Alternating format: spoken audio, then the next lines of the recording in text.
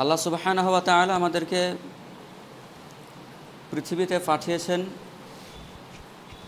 শুধু পাঠিয়ে দিয়েছেন এমনটা নয়, বরং একজন মানুষের জন্য তার সারা জিন্দেগিতে, সারা জীবনে যা কিছু প্রয়োজন সমস্ত কিছু আমাদেরকে দিয়ে, অর্থাৎ যাবতীয় নিয়ামত, সব রকমের নিয়ামত, লক্ষ কোটি নিয়ামত দিয়ে আমাদেরকে পৃথিবীতে পাঠিয়েছেন।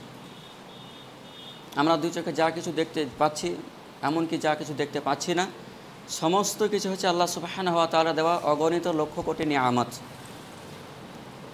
তেমনি আল্লাহ পাক রব্বুল ইজ্জত আমাদের শরীরটা বানিয়েছেন এবং আমাদের শরীরে অগণিত নিয়ামত রয়েছে। তার মধ্যে অন্যতম একটা বিশেষ নিয়ামত, সেটা হচ্ছে জিহব্বা। আর এই জিহব্বা আমরা কিভাবে পরিচালনা করব, কিভাবে কথাবার্তা বলবো, কিভাবে জীবন ব্যবস্থা করব, তার সমস্ত কিছু কোরআন এবং হাদিসে লিপিবদ্ধ রয়েছে। আমরা সাধারণত মনে করি আল্লাহ আমাদেরকে জিভ দিয়েছেন কথাবার্তা বলার জন্য আর খাবারের স্বাদ বলার জন্য। কথা বলার জন্য দিয়েছে ঠিকই, তবে এই জিভের সঠিক ব্যবহার, জিভকে নিজের আয়ত্তের মধ্যে রাখা, জিহব্বার হেফাজত করা, এর যথাযথ সংরক্ষণ করা আমাদের একান্ত দায়িত্ব, কর্তব্য। আল্লাহ তাআলা আমাদেরকে সেই পথ নির্দেশনা দিয়েছেন, রাসূল সাল্লাল্লাহু আলাইহি ওয়াসাল্লাম আমাদেরকে সেই পথ নির্দেশনা দিয়েছেন। তো সেটা হচ্ছে জিভ। জিভ মূলত অন্তরের দরজা।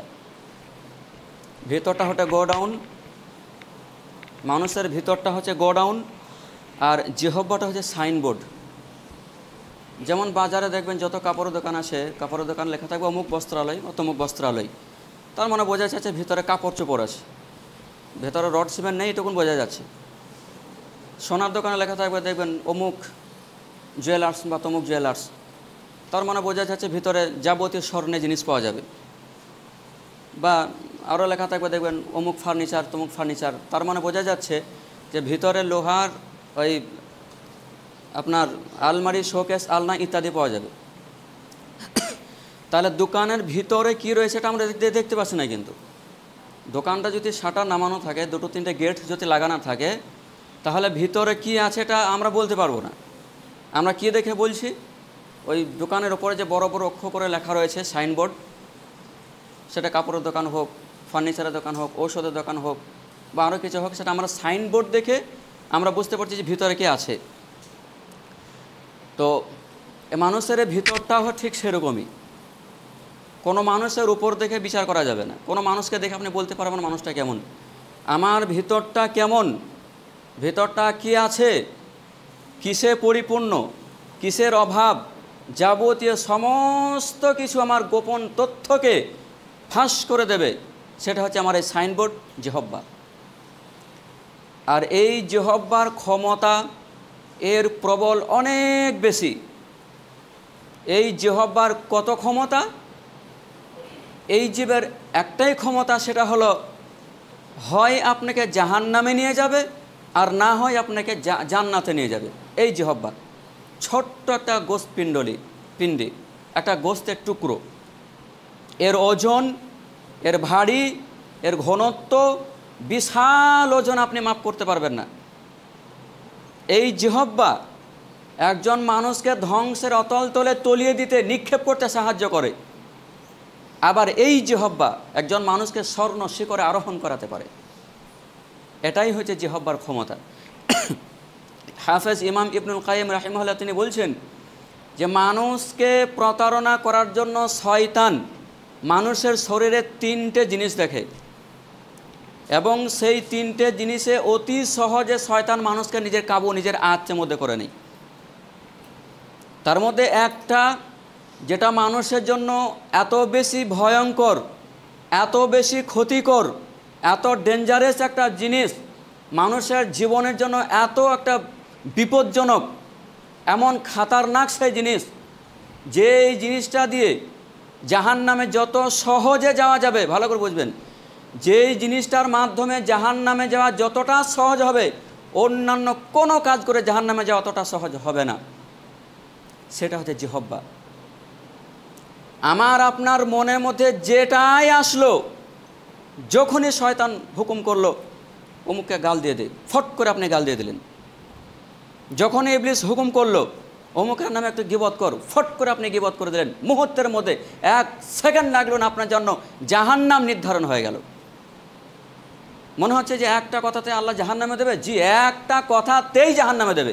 এটাই হচ্ছে জিহ্বার ক্ষমতা, জিহ্বার পাওয়ার। ইবলিস হুকুম করলো অমুকের নামে মিথ্যা অপবাদ দিয়ে দে, ফট করে মিথ্যা অপবাদ দিয়ে দিলেন। 1 সেকেন্ড লাগলো না জাহান্নামে যাওয়ার জন্য। এই জিহ্বা দিয়ে সত্যকে মিথ্যা, মিথ্যাকে সত্য পরিণত করা। দেখবেন একটা হাদিস জিহ্বার ক্ষমতা, সেই বুখারী গ্রন্থে রয়েছে 6477 এবং 6478 নম্বরে, যে পরপর 2টা হাদিস আছে একই কথা। আবু হুরায়রা রাদিয়াল্লাহু তাআলা আনহু তিনি বলছেন যে আল্লাহ রাসূল সাল্লাল্লাহু আলাইহি ওয়াসাল্লাম তিনি বলছেন বা তিনি বলেছেন যে একজন মানুষ, ভালো করে বুঝবেন হাদিসটা, রাসূল সাল্লাল্লাহু আলাইহি ওয়াসাল্লাম বলছেন যে একজন মানুষ আল্লাহর সন্তুষ্টি অর্জনের জন্য একটা কথা বলল। ভালো করে বুঝবেন, একজন মানুষ আল্লাহকে সন্তুষ্ট করার জন্য একটা কথা বলল, তবে সেই কথাটা কতটা ভালো, কতটা মর্যাদাপূর্ণ সে জানে না, অজান্তেই সে কথাটা বলল, কিন্তু তার নিয়ত হচ্ছে আল্লাহর সন্তুষ্টি অর্জন করা। তো আল্লাহ সুবহানাহু ওয়া তাআলা তার মর্যাদাকে বৃদ্ধি করে দেন, তার সম্মানকে বৃদ্ধি করে দেন, বাড়িয়ে দেন। আর অপরদিকে একজন মানুষ একটা কথা বলল আল্লাহকে অসন্তুষ্ট করার জন্য, কিন্তু সে জানে না যে এ কথাটা বললে আল্লাহ অসন্তুষ্ট হবেন।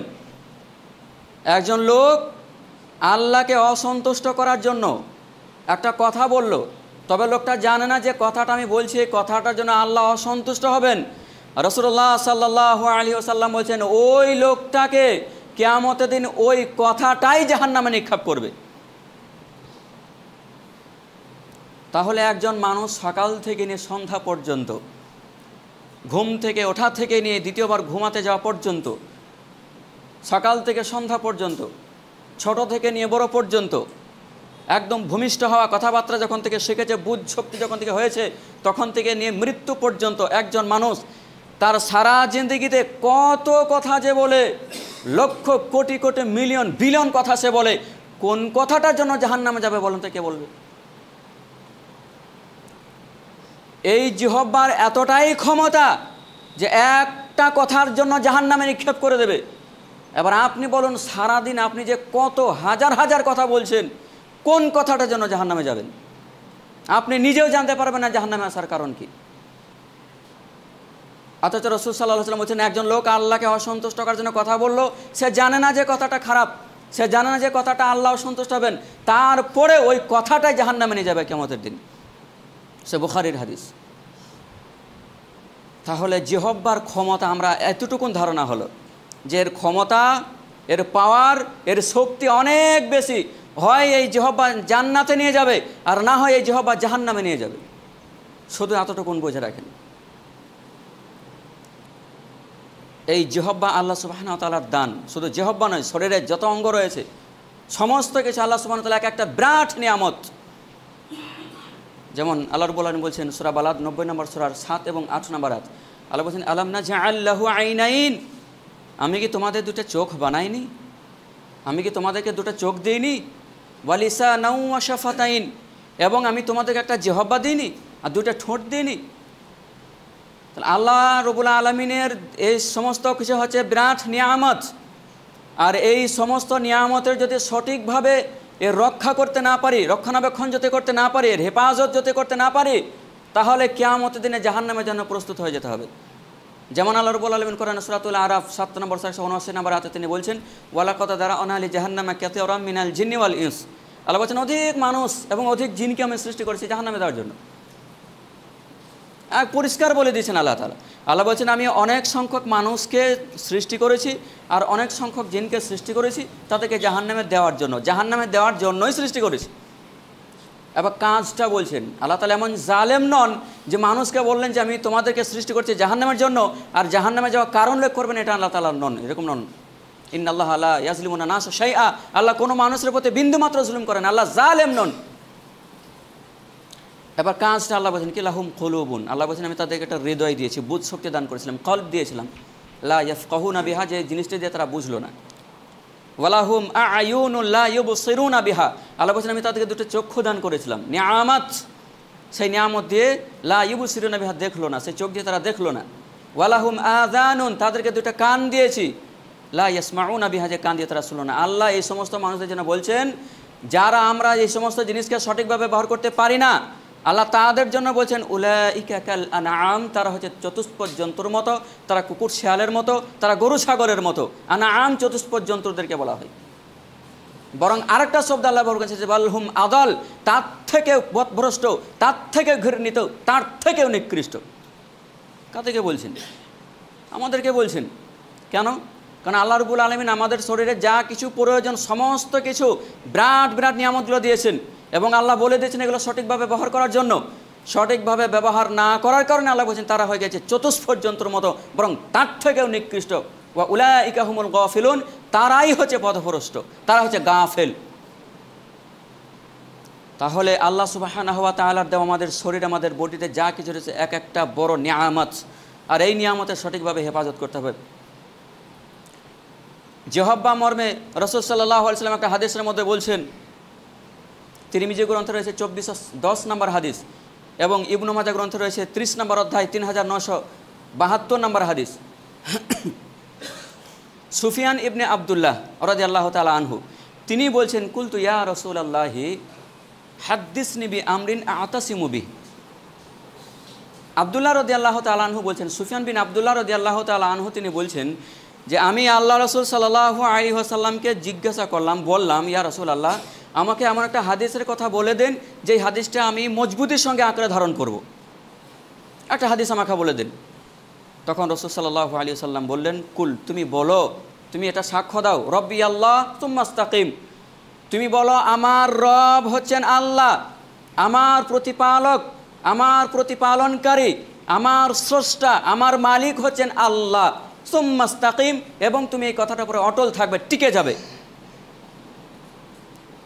কুলতু ইয়া রাসূলুল্লাহি মা আকসারু মা তাখাফু আলাইয়া, আবার জিজ্ঞাসা করছেন আব্দুল্লাহ বিন সুফিয়ান বিন আব্দুল্লাহ রাদিয়াল্লাহু তাআলা আনহু, তিনি আবার পুনরায় জিজ্ঞেস করছেন, ইয়া রাসূলুল্লাহ, আপনি আমার শরীরের মধ্যে কোন জিনিসটাকে সবথেকে বেশি ভয় করেন? মা আকসারু মা তাখাফু আলাইয়া, আমার শরীরের মধ্যে কোন জিনিসটাকে আপনি অধিক পরিমাণ ভয় করেন? তখন আল্লাহ রাসূল সাল্লাল্লাহু আলাইহি ওয়াসাল্লাম এবার দেখাচ্ছেন, বলছেন না কথাটা। ফা আখাদা রাসূলুল্লাহি সাল্লাল্লাহু আলাইহি ওয়াসাল্লাম বিলিসানি নাফসি, তখন আল্লাহ রাসূল সাল্লাল্লাহু আলাইহি ওয়াসাল্লাম নিজের জিহ্বাটাকে বের করলেন এবং এইভাবে ধরে তারপর বললেন সুম্মা ক্বালা হাযা, ইশারাকে বলেন এই জিনিসটা, অর্থাৎ এই জিহ্বা।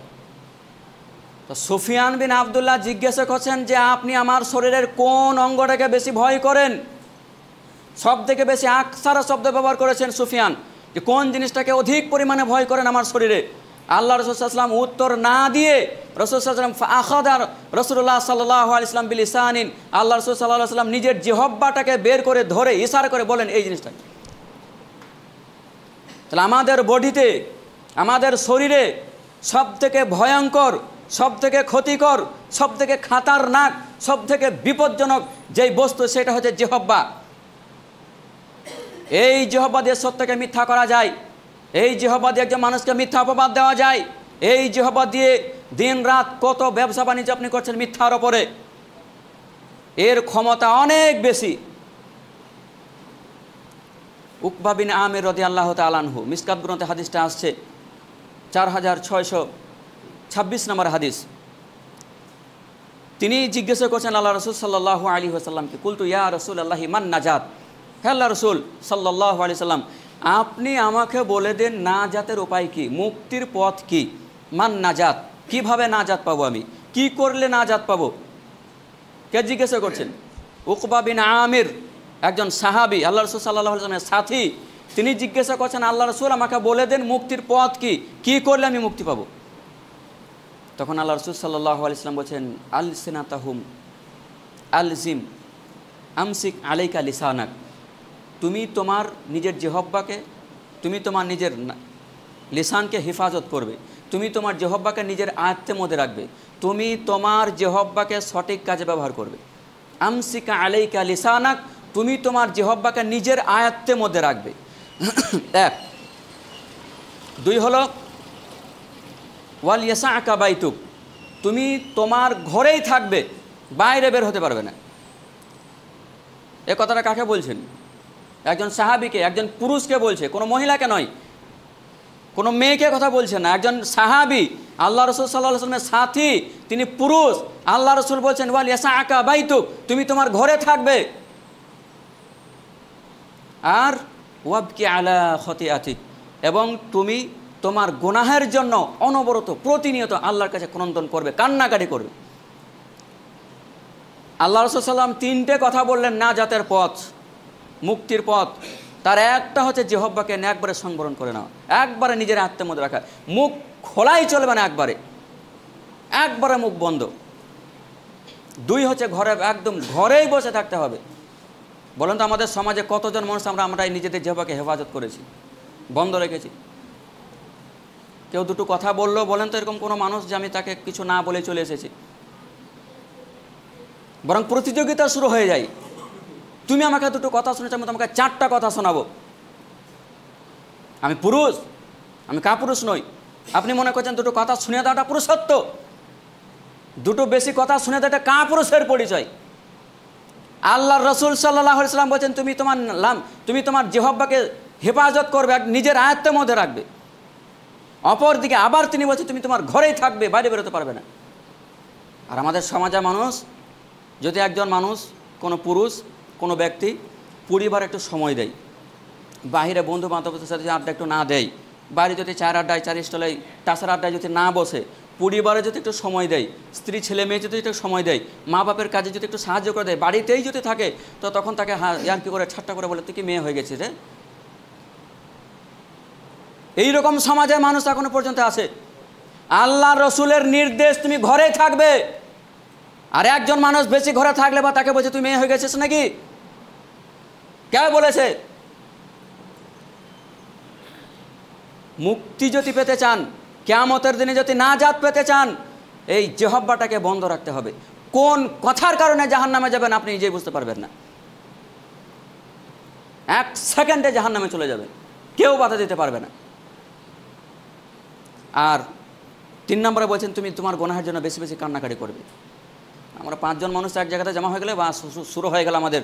এবার কতক্ষণ ঘন্টা পার হলো না, দিন পার হলো না, মাস পার হলো না, বছর পার হলে এই দিক দিয়ে আমাদের কোনো আর জ্ঞান থাকে না। হয়ে গেল আমার দ্বিমুখী শুরু। রাসূল সাল্লাল্লাহু আলাইহি ওয়াসাল্লাম বলেন খবরদার তোমরা দ্বিমুখী হবে না। দ্বিমুখী যদি হয়ে যান, কিয়ামতের দিন আপনাকে জাহান্নামে যাতে কেউ ঠেকাতে পারবে না। মিসকাত গ্রন্থের হাদিস 4633 নম্বর হাদিস। আল্লাহ রাসূল সাল্লাল্লাহু আলাইহি ওয়াসাল্লাম বলছেন, আম্মার বিন ইয়াসির রাদিয়াল্লাহু তাআলা আনহু তিনি বলছেন, আল্লাহ রাসূল সাল্লাল্লাহু আলাইহি ওয়াসাল্লাম বলছেন, মান যা ওয়াজহাইনি ফিদ দুনিয়া, যে ব্যক্তি দুনিয়াতে দ্বিমুখী হবে। কমুখী? দ্বিমুখী মানে আমার কাছে আসে একটা মুখ নিয়ে, আপনার কাছে যায় একটা মুখ নিয়ে, আপনার কাছে যায় একটা মুখ নিয়ে, আমার কাছে আসে অন্য একটা মুখ নিয়ে। মানে আপনার কাছে যখন যায় তখন আমার ব্যাপারে এমনভাবে লানতান শুরু করে দেয়, এমনভাবে গীবত শুরু করে দেয়, আমার 14 গোষ্ঠীকে জাহান্নামে নিক্ষেপ করে দেবে। আবার ওই মানুষটা যখন আমার কাছে আসবে তখন আপনার নামে যে যত কথা ছিল সমস্ত কথা আমার সামনে বলে দিল। এটা হচ্ছে দ্বিমুখ। রাসূল সাল্লাল্লাহু আলাইহি ওয়াসাল্লাম বলেন, একবারে কঠোরভাবে হুঁশিয়ারি করে দিলেন, মান যা ওয়াজহাইনি ফিদ দুনিয়া, যে ব্যক্তি দুনিয়াতে দ্বিমুখী হবে, কানা লাহু লিসানিন ইয়াউমাল কিয়ামাতি ফিন্নার। রাসূল সাল্লাল্লাহু আলাইহি ওয়াসাল্লাম বললেন, কানা লাহু লিসানিন ফিন্নার ইয়াউমাল কিয়ামা, কিয়ামতের দিন আল্লাহ রাব্বুল আলামিন তার জিহ্বাকে আগুনের জিহ্বা বানিয়ে দেবে।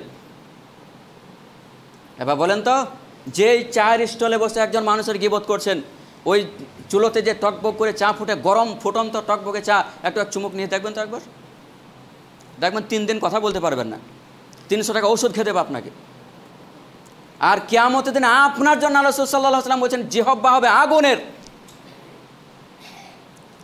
দ্বিমুখী খুব ভয়ানক জিনিস, একটা ব্যাধি, রোগ, মারাত্মক রোগ, যেখান থেকে ফিরে আসা সকল মানুষের এটা সম্ভব নয়।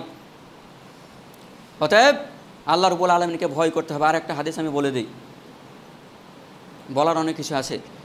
আল্লাহ রাসূল সাল্লাল্লাহু আলাইহি ওয়াসাল্লামের একজন সাহাবী তিনি বলছেন, আল্লাহ রাসূল সাল্লাল্লাহু আলাইহি ওয়াসাল্লামের হাদিস থেকে বর্ণনা করেছেন, তিনি বলছেন যে প্রত্যেক দিন সকালবেলায় ইদা আসবাহ ইবনু আদম, যখন আদম সন্তান সকাল করে, আদম সন্তান যখন সকাল করে তখন দেহের সমস্ত অঙ্গ প্রত্যঙ্গ ফাইনাল আদা আকুল্লাহাই কফরুল লিসানা, তখন শরীরের সমস্ত অঙ্গ প্রত্যঙ্গ একবারে বিনীত হয়ে, ছোট হয়ে, একবারে বিনীতভাবে জিহ্বার সাথে কথা বলে। কে বলে? ফাতাকুলুন নাকিল্লা ফিনা, জিহ্বাকে বলে, হে জিহ্বা তুমি আমাদের ব্যাপারে আল্লাহকে ভয় করো। এই কথাটা কে বলে? মানুষের প্রত্যেকটা মানুষের শরীরের প্রত্যেকটা অঙ্গ প্রত্যঙ্গ জিহ্বাকে বিনীতভাবে অনুরোধ করে, হে জিহ্বা আমাদের ব্যাপারে তুমি আল্লাহকে ভয় করো। কেন? ফাইন্নামা নাহনু বিকা, কেননা আমরা তোমার সাথে সম্পৃক্ত, তোমার সাথেই আমরা লেগে আছি, তোমার সাথেই আমাদের সম্পর্ক একবারে লেগে আছে, সম্পৃক্ত। অতএব ফাইনিস্তাকাম তাস্তাকাম না, তোমরা যদি সোজা পথে হাঁটো, তোমাদের পথ যদি সোজা হয়ে যায়, তোমাদের পথ যদি সরল হয়, আমরা এমনিতেই সরল হয়ে যাব, আমরা আমাদের পথ এমনিতে সোজা হয়ে যাবে। ওয়াজাস না, আর তোমাদের পথ যদি বক্র হয়ে যায়, তোমাদের পথ যদি বেঁকে যায়, তোমাদের পথ যদি টেড়িয়ে যায়, তাহলে আমরা টেড়িয়ে যেতে বাধ্য হয়ে যাব। তাহলে দেহের শরীরের সমস্ত অঙ্গ প্রত্যঙ্গ জিহ্বাকে ভয় করে। আমরা নির্ভয় হয়ে সারাদিন গীবত, পরনিন্দা, পরচর্চা চলল, মিথ্যা অপবাদ, সত্যকে মিথ্যা করা, মিথ্যাকে অপবাদ করা। যেই জিহ্বা দিয়ে সত্যকে মিথ্যা পরিণত করছেন, এই জিহ্বা কাল কিয়ামতের দিন আপনার বিপক্ষে কথা বলবে। আল্লাহ বলছেন তাশহাদু ইয়াউমা তাশহাদু আলসিনাতাহুম, সেই দিনে কথা ভুলে যেও না যেই দিন তোমার জিহ্বা তোমার বিরুদ্ধে কথা বলবে। ওয়া আইদিহিম, হাত তোমার বিরুদ্ধে কথা বলবে। ওয়া আরজুলুহুম, তোমার পা তোমার বিরুদ্ধে কথা বলবে। বিমা কানু ইয়ামালুন, তুমি কি আমল করেছো পৃথিবীতে। অতএব যেই জিহ্বার ক্ষমতা জোরে তুমি কোর্ট কাছারি করছো, যেই জিহ্বার ক্ষমতার জোরে তুমি জেল জরিমানা করছো, যেই জিহ্বার ক্ষমতার জোরে একজন মানুষকে কথা বলার সুযোগ দিচ্ছ না, এই জিহ্বা কাল কিয়ামতের দিন আপনার জন্য কাল হয়ে দাঁড়াবে। অতএব রাসূল সাল্লাল্লাহু আলাইহি ওয়াসাল্লামের হাদিসের কথা স্মরণ করে, আল্লাহ সুবহানাহু ওয়া তাআলার নির্দেশ মোতাবেক আয়াত এবং হাদিসকে স্মরণ রেখে জিহ্বার সঠিক ব্যবহার করবেন আজ থেকে। কেন?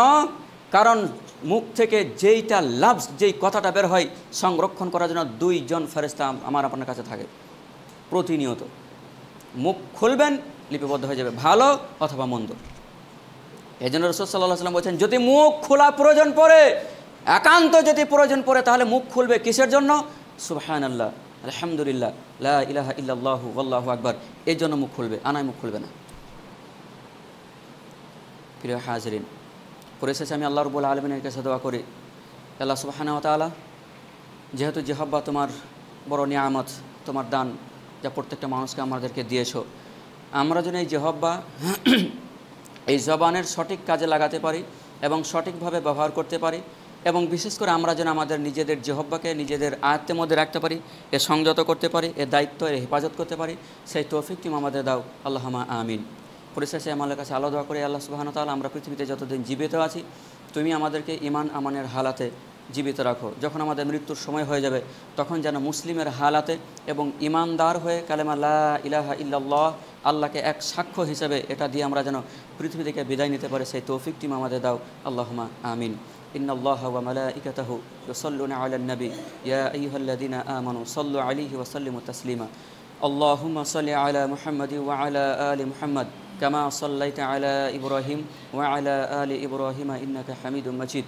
اللهم بارك على محمد وعلى آل محمد كما باركت على إبراهيم وعلى آل إبراهيم إنك حميد مجيد. سبحان ربك رب العزة عما يصفون وسلام على المرسلين والحمد لله رب العالمين.